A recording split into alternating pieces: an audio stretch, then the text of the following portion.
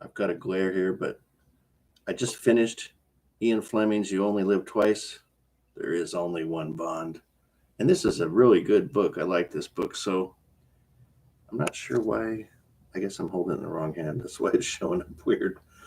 But this was the 12th novel and became the 5th film. And I started on the 26th of January, ended it on February the 3rd today. And I really liked this book. So one of the best parts of this is the change of setting, and it was in Japan. And that was great because there's a lot of Russia and um, other locations in the other books. This is the first time Japan has been featured in one of the James Bond stories. And I really like that part. There's a lot about their culture. I will give you some information that there's some suicide statistics that could be triggering for some people. So if somebody is sensitive to that, they might not enjoy a good portion of this book. Culturally, Japan views that a lot differently than other places on Earth. But other than that part, there's a lot of cool tidbits in there about the culture. And the coolest thing probably is the concept of Death Island, which they referred to it as the Disneyland of Death. And it had basically Blofeld from the last book, who, this is spoiler alert, so if you don't want to hear it, zone out. Blofeld killed James Bond's wife in the last book, so he wants revenge, and he's been looking for him, and he's the mastermind of this Death Island, and there's a lot of things on this island, plants, animals, things that can kill a person. And that was quite fascinating.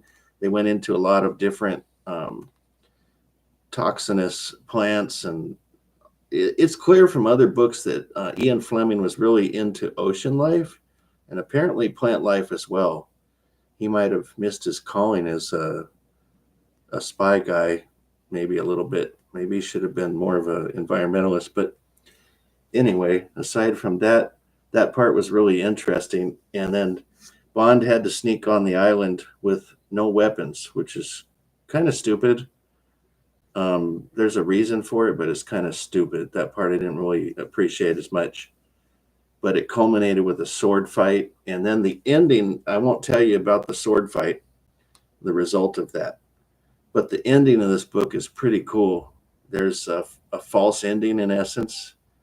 And what you think happens doesn't really happen. So that's as much as I'm going to say about that. It's getting harder and harder to rank where these books belong in order. I ranked it in the previous review of, I think it was The Spy Who Loved Me, which was a terrible book. But this one is probably right behind Live and Let Die. And the only reason it's behind is because of that wonky going in without a weapon part that didn't really make any sense. Other than that, it was probably better than Live and Let Die. But Live and Let Die had a lot of more action scenes. I would say that the action scene in this one was a lot less action than Live and Let Die. So it depends on what you want. If you want more intrigue, perhaps this book's better than Live and Let Die. But if you want more action scenes like the movies, then Live and Let Die might be a little better than this. So out of all the books so far, I've read 12 books. I've got 2 to go. And 1, 2, 3, 4, 5. I've ranked this 6th out of the 12. So somewhere in the middle. Pretty good. Not a ton of action, but a lot of interest in this book. So the last 2 books are The Man with the Golden Gun and Octopussy and the Living Daylights. And I believe The Man with the Golden Gun is a novel. I'm not sure. Yeah, it's a novel, but it's very thin. This book was 288 pages, and the next one, The Man with the Golden Gun, is only 158, so much smaller. And then the last book, which is short story collection, is Octopussy and the Living Daylights. This book, by the way, when you get to it, if you're reading along like I have been, I'm reading in the order that they were written, and not the way that they came out in film, because they came out all over the place. But this short story collection has two versions of it, and one has less stories in it than the other. This is the one that has all the stories in it, but even with all of the stories, it's only 120 pages. So I've got two very short books left. I'll be doing reviews of them probably quite quickly, and then I'm done with all of the Ian Fleming James Bond books, and I've enjoyed myself reading these.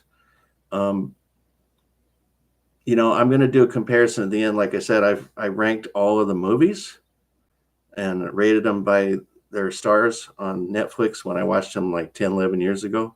And I've got that printed out ready to go. So my big reveal at the end on how the books and the movies all lined up and what order. And this is not any of the Bond movies that Ian Fleming did not write. It's only the ones that he wrote. So we're going to see how they line up and why I think they lined up the certain way, and if a movie was better than a book or if a book was better than a movie. You a lot of times hear from people, oh, the book is better than the movie. But I'm not one of those people. I've noticed sometimes movies are better and sometimes books are better. And there are major deviations from the stories of James Bond in a lot of the movies, and there's a few that are faithful.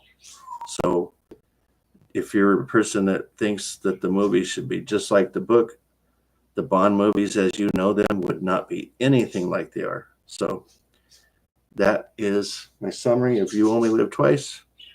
So watch for the next two, the last two, and the summary video.